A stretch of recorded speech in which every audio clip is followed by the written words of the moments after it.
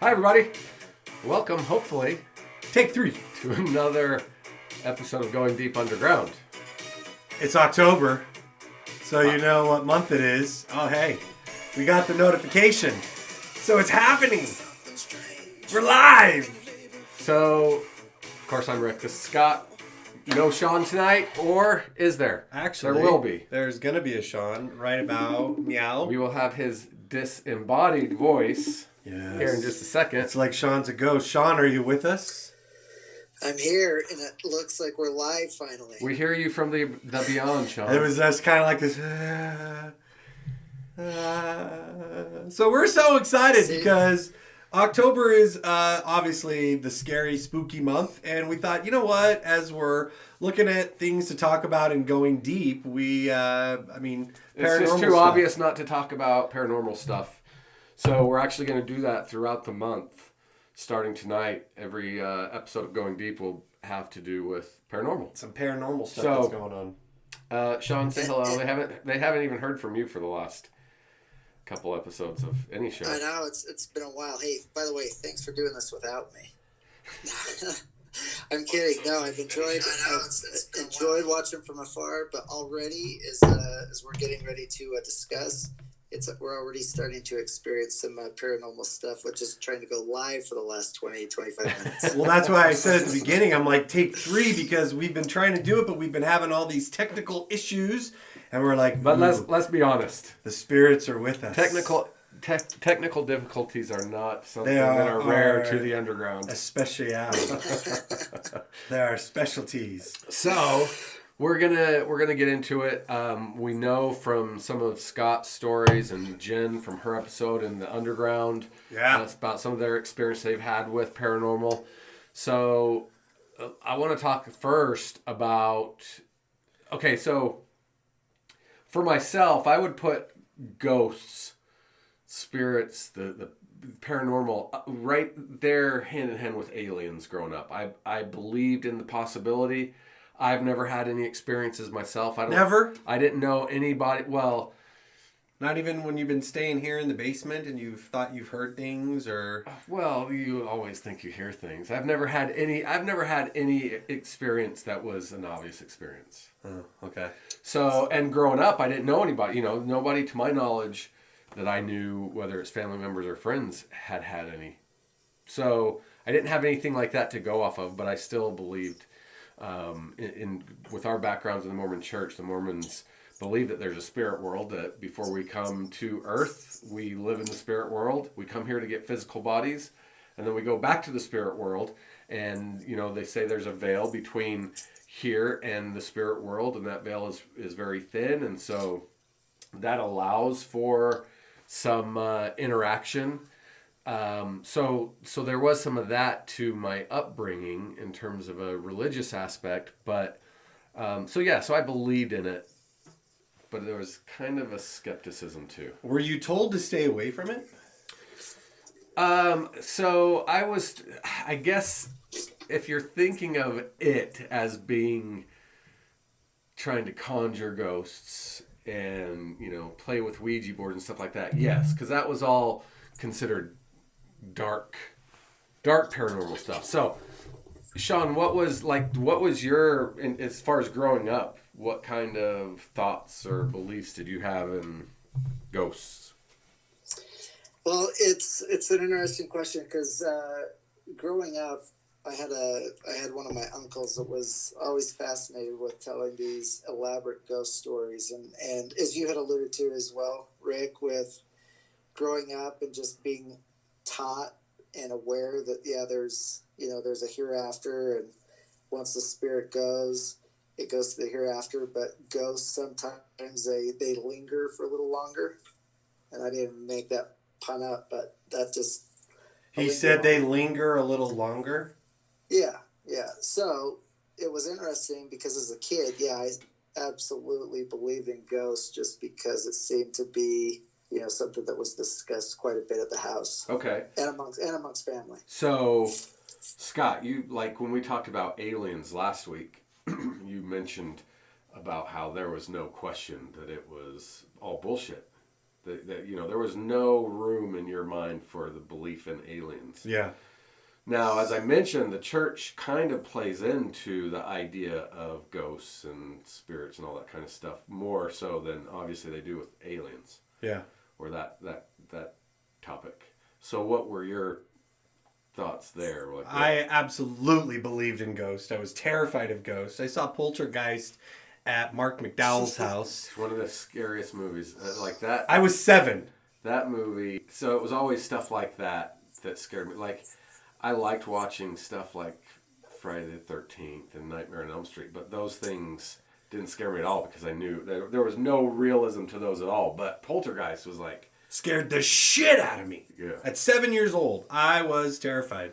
And on top of that, we had kids in the neighborhood. There were older kids that we grew up with. And when I say older, they were like 12, 13 years old. And I was 6 and 7. So they were, they could have been 50 years old for all I knew. They were just old.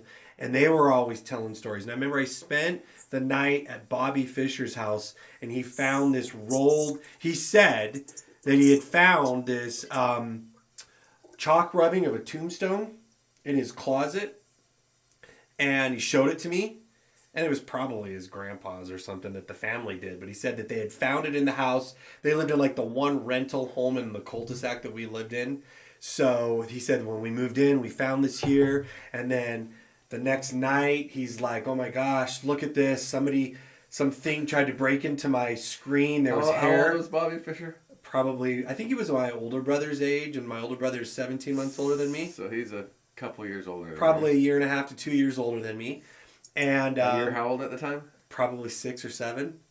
7 or 8. So he's 9 or 10. And I remember that night I was supposed to spend the night at Bobby Fischer's house, and we were watching some movie on HBO, and I just was like, dude, there are fucking ghosts in this house. And I made up an excuse that I needed to go home and get some. I just forgot. I was like, you know what? I've got to go. I've got a headache. And they're like, well, we've got like Tylenol that we can give you. I was like, no, my mom's got Tylenol that I need to go get. And they were probably 3 houses down in this cul-de-sac. And I remember just running as fast as I could to my house. And my parents are like, what are you doing home? I was like, I'm not spending the night there. So, yes, as a little kid, I was a believer in that type of stuff. I was fascinated in that type of stuff. You were scared to death of that kind of stuff? Scared to death of it. But I have a mom who would tell us crazy-ass stories about fucking spirits and ghosts showing up in the house that we lived in. Now, did she tell you these stories back then, or like? No, I don't think she told it to us when we were living in the house. It was probably when I was a teenager that she shared these stories with me. But yeah, she told this story of laying in bed one night and this figure floating down the hall into her room. Like when you say figure, did she describe it like a figure, like a person figure? She said it was like you know how Mormons are. They always talk about the fallen children, the fallen angels. The fallen angels, yeah. They didn't get a physical body because God kicked them out, because God would kick out his family because they didn't agree with his plan. So Right. he kicked a third of the host of heaven out, and they went with Lucifer because Lucifer wanted to come down to earth and have the glory for himself, and Jesus is like, no, I'm going to go to earth and I'll give you the glory, Dad. And Dad was like, that's my boy, Jesus. Lucifer, you can get the fuck out of here and take all your third of friends with you that want to be with you. These are the demons and the spirits, like in the Mormon mythology. This is where ghosts and that shit comes from. And so, yeah, she describes it as this demonic being that came in and just hovered over her bed, and she described it as she was paralyzed with fear, but she was able to muster out the old Mormon, in the name of Jesus Christ, I command you to leave. And she said that, and it kind of just went and floated down the hall. Do I doubt that? No, because I've seen enough things in my adult life. So I was going to say, we've heard a little bit, and we'll get into more detail about those experiences moving forward. But Sean, have you ever had any experiences? I don't think we've ever talked about this. Have you or anyone close to you had any experiences? In terms of seeing anything, no, but in the feeling of it, absolutely. What do you mean the feeling of it? Well, just you have the feeling that you're not alone, that there's another presence within the. A lot of times, we talk about how the hair on the back of your neck stands up, or the you get goosebumps all of a sudden, and all of the hair on your arm, it's like there's an electrical magnetic type thing running through you, and you just feel something. And sometimes it was good, sometimes it was bad, but mostly I've felt kind of that neutral to good, but I certainly have felt like the darker presence, if you will. So that I guess that would be the closest that I've ever had in terms of seeing or experiencing. So any other experiences of people around you?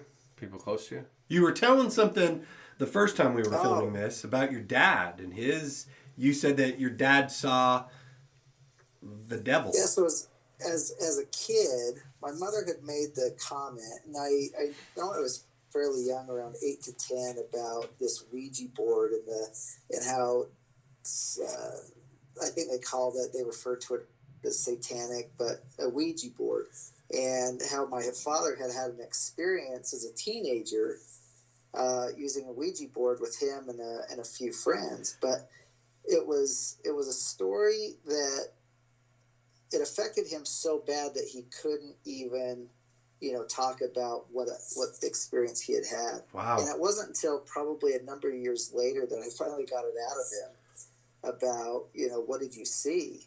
And he says, and he honestly believes that he saw Satan, or definitely a demonic entity that was very much real, that didn't have the impression of being like a spirit, but actually was embodied as a demon. So I think it was the story, that growing up as a kid, and just the Ouija board and what it represented in terms of, evil, because according to my dad, he had seen that evil spirit or evil whoever.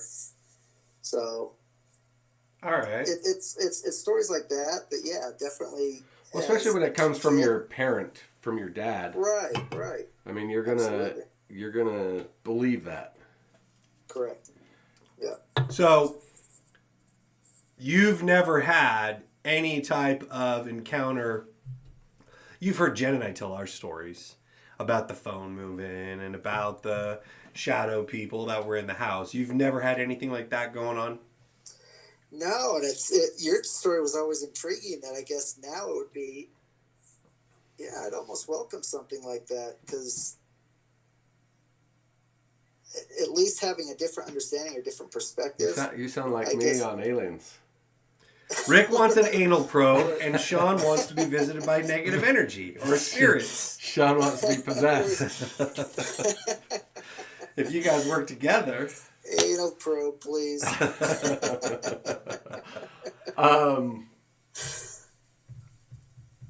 What were we saying? Well, you said I like know, you were about to say something. You would... So what I was going to say is, so you've never had anything like that. No. I mean, I got stories for days about. Well, like about I said, stuff. I've had things where I see something in the corner of my eye, or I hear something that are easily, but you write it off. Are as easily written off as the house creaking, or just a shimmer of light on whatever. I've never had anything where I was really just dumbfounded as to what happened. Like, how could this thing just happen from a... Okay, let me tell you this real quick story. So the other night, a couple months ago, 6 months ago, it might have been a year ago. No, it wasn't that long ago. It was probably 4 or 5 months ago. I'm in the bathroom. Have I told you this story? I'm in the bathroom, and I'm brushing my teeth. Jen's laying in bed. Our bed is just right next to the door to the bathroom. So I'm in there brushing my teeth, and I hear Jen gargling, like, in the bed. And I, like, step around the door, and I looked at her, and she goes, "Are you okay?" And I was like, "Am I okay?" I'm like, are you okay? What are you doing gargling in bed? She's like, I'm not gargling. I thought you were gargling. I'm like, no, I'm brushing my teeth right now. She's like, oh. She's like, I totally thought that was you. I'm like, yeah, I thought that was you. And then we looked at each other and we went, well, if it wasn't you and it wasn't me, what just made that noise? The windows weren't open. This was in the wintertime. Windows weren't open. Kids were in bed. And yet we distinctly heard this disembodied gargling, just this, like as if there was residual energy left over of somebody that had been gargling in the bathroom. And we heard it, we both heard it, like clear as day. And we both just went, ooh.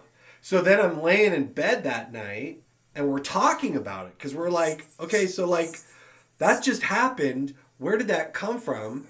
And as we're talking about it, she's like, all right. She's like, well, I'm going to turn out the light. I was like, I'm not ready for the light to go out yet. I'm like, I'm kind of spooked. So we talked for a couple more minutes and then we went to, she turned the light out. So we're laying in bed in the dark and I just feel this poke on my shoulder. And I'm just laying there. I'm like, oh, dude. And she goes, what? And I said, I just got poked by something. And she's like, I did too. She's like, I just felt something touch my shoulder, opposite of the shoulder from where I'm lying. So I felt it on my right shoulder. She sleeps here. She felt it on her left shoulder. And we're just like, oh my gosh. And it just, we seem to just have just this connection to the spirit world. And I got to tell you, Sean, if you're wanting it, let it go that way, because I'm happy not having it. Oh, man. Especially being a single guy and a lot of times being home alone. I don't want shit like that happening. Yeah. I'll tell you what, I'm lucky because it's never happened when I've been by myself. Because I think if it happened when I was by myself, it would be even more terrifying. It would be terrifying. It's not terrifying in the moment when I'm with Jen because she's there and we talk about it. Right. You've got somebody to sort of help talk you through it and just discuss it. Where if you're by yourself, I mean, your mind's gonna go crazy. Well, jump back to this last summer, and we were like, we can feel when there's a shift in our home. We can feel when there's a different vibration in our home. Energy emits this frequency and this vibration, and so both Jen and I are really tuned into it, and we just. I don't know if this was the connection to around the same time, and I'll get to that story in a minute here, but we were definitely feeling a presence in the home. We'll burn sage, and we've got a singing bowl that we'll use to raise the vibration and to clear out energy. So this one night, we're laying in bed, and we're just talking. And it was this night of this really big storm, like this really strong windstorm. So as we're laying in bed and we're talking, I'd said to Jen, we might need to be prepared because the power might go out tonight. Because it was this really super strong storm that was blowing through the area. And she's like, yeah, that's a good idea. So I'd gotten a flashlight. Now we're laying in bed, we're talking. That was getting prepared. We got to get prepared. Well, I got a flashlight. So I got a flashlight. Well, I mean, what else am I going to do? Build a bonfire? When you say we got to be prepared, and then the preparedness is... I got off my ass and got a flashlight. We plugged in our phone so they would be charging, so if the power did go out, we'd be covered. Thank God you got your 2-year food storage. We have, right? yeah. You mean 2 week. We've got a 2-week food storage. We've got all the iPads. Storage, We've got all the iPads charged for the kids to be entertained. So we're laying in bed. We're talking about this energy. We're talking about this feeling in the house. The kids might be off. We might be off. And as we're laying there, the light goes out. She's got her lamp next to her bed, and it goes out. And I was like, see? I called it. I'm glad we got prepared.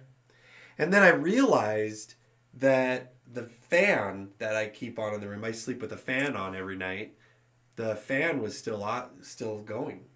We're sitting in the dark, and the fan is still going. And Jen goes, "Wait." She's like, "The light there's a little red light on this dimmer switch that she has for her lamp. She said, the light is still on. I was like, what?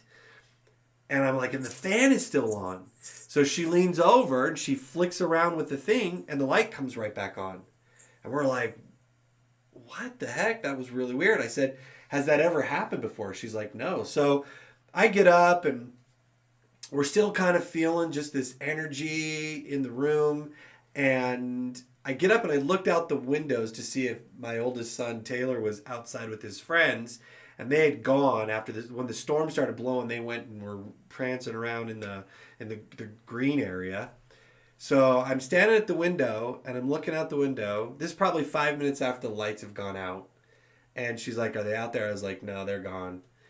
And I said, that was so weird. I said, let me ask you a question. I said, has that ever happened before? Has that light ever just turned off before? She's like, absolutely never has that light turned off. So I go walking over to the light, and as soon as I step towards it, the light goes off, and I get the chills. Like, the hair stands up, and I'm like, what? And I'm like, can you feel this energy right here? Like, if you ever watch Ghost Adventures, they'll be like, come feel this cold air. And I'm not kidding, you guys. The arms of my hair were standing straight up, and I flipped the light back on. I'm like, look at that. She's like, holy crap. She's like, look at me. And both of us are just feeling this shock of energy. So, I mean, I could go on and tell stories and stories and stories like that. It's not that we're looking for it. It's just, it seems like that shit just tends to follow us. I remember... Could you tell what kind of energy it was? Was it like a dark Yeah, no, energy it didn't neutral? feel... Like, we definitely can tell if there's a heavier negative type energy around the house. Yeah. Because usually what'll happen is it starts getting in our head. Like, it starts to mess with our thoughts. Now, obviously we have a month's worth of episodes to save up content for, but talking about your dad's experience with the Ouija board, you had a recent experience. So the kids and Jen go to Ross. The kids and Jen. Are you going to blame this on Jen? I'm going to blame it on the kids. Hey, here's a good idea. Look, this looks like a fun little toy. So they had gone to Ross and came back. And Jen goes, yeah, we saw this really cool Stranger Things Ouija board. I was like, oh, no way. She was like, yeah. I said, did you get it? She's like, no. I was like, oh, we should get it. I was like, look, we are So like... it's their fault for seeing it. Right. It's their fault for telling me it. It's their fault for seeing it. It's their fault for telling me about it, As is what I'm if they saying. haven't had enough fun experiences, let's have some more. So... That's exactly what I said when this story started. I was like, you really want to get into that kind of shit? Yeah, well... All right, so go on. Tell why. So look, I mean, ever since 2010, when that whole phone thing was going on, if you haven't watched my wife Jen's episode, it was episode 6 of The Underground. And just essentially, you're talking in the living room, you set the phone on the couch, and nothing explainable. We're talking about paranormal activity in our home and getting rid of it. And then what happens is nothing you can explain, but your phone, which is sitting on the armrest, shoots off into the middle of the room. I noticed that twice. we didn't get that footage in Jen's clip. We never even used it. Of me flipping the phone off to show people the description. It's okay. Anyway. So, yeah. So, you know, I'm just like, okay, we're aware of it. I'm kind of, I don't want to say fascinated by it, but my favorite TV show is Ghost Adventures. And I know that I've got people that tell me, don't invite it in. I'm really intrigued. I'm really super intrigued by it. So I hear about this Ouija board, and it's a Stranger Things Ouija board. I'm like, oh, we should go get it. She's like, if you want to buy it, you can buy it. She's like, but I'm not going to buy it. I'm not bringing it into the house. Jen is always the smarter one. So the next day or 2 days later, I went over to Ross, and there it was. And I pick it up, and it was like $9. I'm like, oh, this is cool.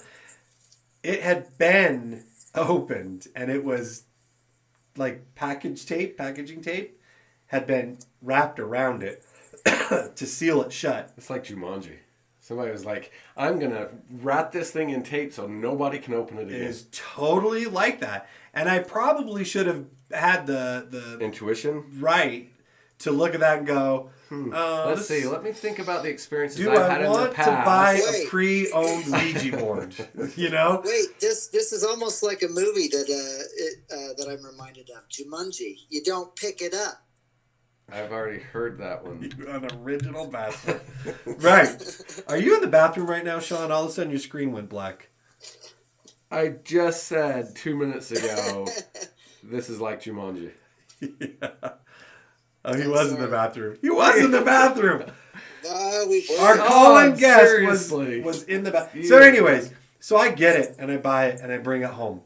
And I don't know what I was thinking, but I just was like, look, this was right around the time that the lights were going out, the chills were happening big time in our room.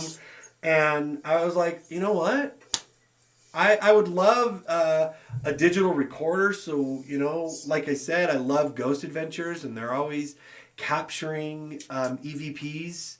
And so I was like, if there's something here, let's figure out what it is. Let's try to communicate with it. Not in any type of ritualistic seance way or anything like that, but just going, hey, I'm curious if you're here. So get it home, open it up, take it out, set it down, you know, click the little pegs into the, I forget what they call the piece that you move around. And I just left it there for a little bit. But I tell you what. I'll tell you what. What? As soon as that Ouija board came into the house, the energy in our house completely changed. I mean, it's like going from the hot tub to the swimming pool. So how does that manifest? How does it manifest? It manifests in vibration. It manifests in feeling. It manifests in temperaments and attitudes with other people. I mean, that was the night that I got it that night. We're having dinner that night, and my 5-year-old was just on a level, and she didn't like the food she was eating, and she wanted something else. And I was like, no, sweetheart, that's what you're having for dinner. I mean, she's got her fork, and she's got her knife, and she just looks at me, and she just goes, I will cut you open. My daughter's name is Arya. We've named her after Arya from Game of Thrones. And so Jen and I just laughed. You should have seen the look on Taylor's face. Taylor's just like, my oldest, who grew up with a different parenting style than the parent that I am now. So Jen and I just laughed, but we could tell it was affecting our youngest one. It was not like she was possessed or anything, but the energy, and Jen was like, dude, we had this amazing, beautiful, peaceful, calm, serenity energy in the house. She's like, as soon as you brought that board home, it just bleached it and it was gone. And so I was like, you're totally right. So rather than getting rid of it so somebody else could go through the same experience. Rather than getting rid of it so somebody else wouldn't have to go through the same experience. Yeah. What did you do with it?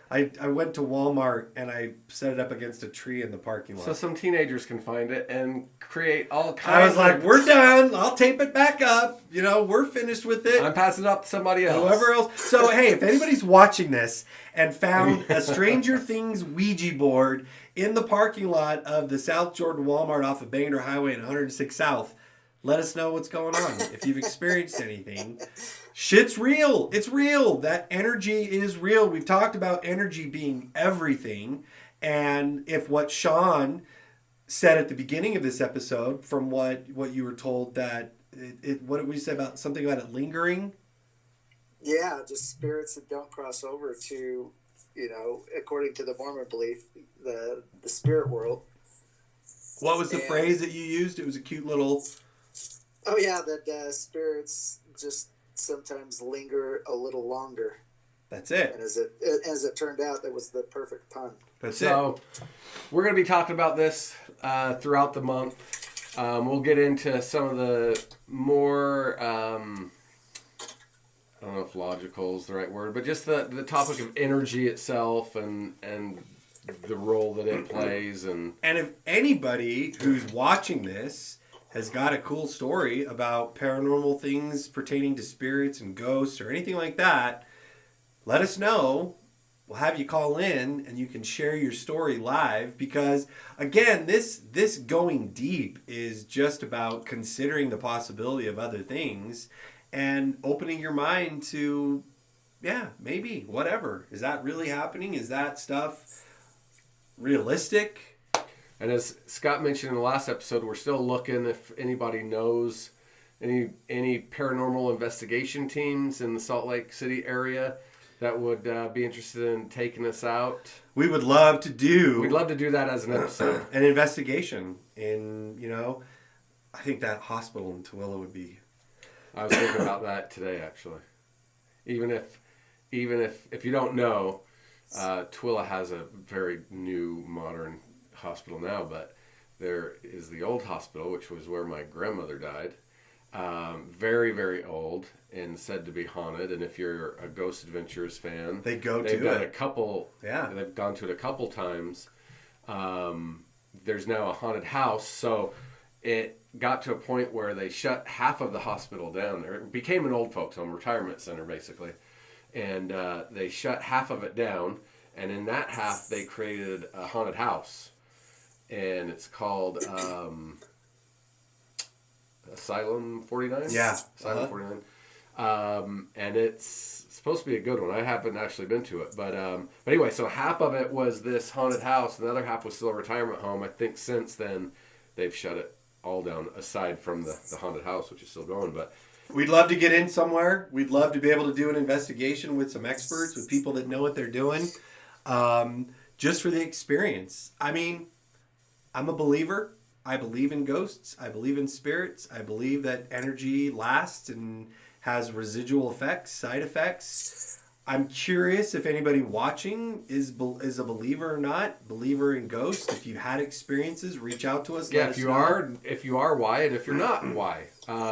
So for any stories or any comments, questions, or if you do know anybody who would be interested in taking us out on an investigation, you can reach us at... Hit us up. wearetheunderground3@gmail.com.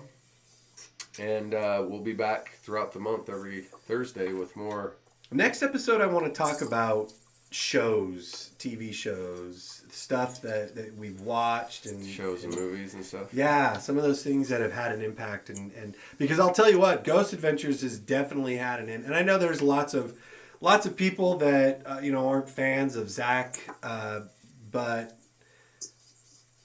I think that what they do is really interesting. I believe that there's a lot of stuff that comes through from that, but there's lots of different shows that are out there that we can talk about. So I kind of want to talk about the shows next time we get on here. So won't be next week, because next week we're going to be doing some filming for the Underground. But 2 weeks from tonight. 2 weeks from tonight. So that'll be on the 15th of October. Sean, any parting words? So I want to know whose brilliant idea it was to go searching this stuff. What do you mean? To go what? Here's a good idea. Let's go to a haunted house or some haunted hospital. And yeah, that was Scott. He asked me. He's like, "Oh, I don't know if you'd be down with this, but I was thinking it'd be cool to do an episode." I was like, "Yeah, I'd do it." Would you? Are you saying you wouldn't go? No, I'd go. I'd just like, boy, that. Hey. Let's roll those dice, baby. Let's roll them. See what happens. If anybody watching knows somebody that does that type of stuff, you don't even have to be the one that does it or whatnot. Or if you have a haunted house that you're living in and you can prove it and you want us to come and check it out, either way. All right, everybody. Thanks for watching. Till next time. Fun conversation. Cool to just hang out and talk. Thanks for being here. Sean? Glad to have your disembodied voice with us. We look forward to having you in person soon. Next week. Next week. All right, everybody. Thanks for watching. Bye. Check you later. Cheers. Oh, bye, Sean. I'm gonna switch off really fast, and we're gonna go back to old Ray Parker Jr. We can't wait till the next Ghostbusters movie. Is that happening? Yeah, it sounds like Is that the one with the kid from uh, Stranger Things? it's all the cat. It's the whole cast. I don't know what Stranger Things. There's supposed to be one that was. What's over my life? That's okay. About Egon's grandson, and that's that's the kid from So Stranger it's, Things. it's what's his face's son that's making it and directing it. Yeah, Ivan Reitman's son. Yeah. And yeah, it's supposed to be. I think they saw the results of the last Ghostbusters. Your attention, please. Yeah, and they didn't like it, or they wanted to do it again.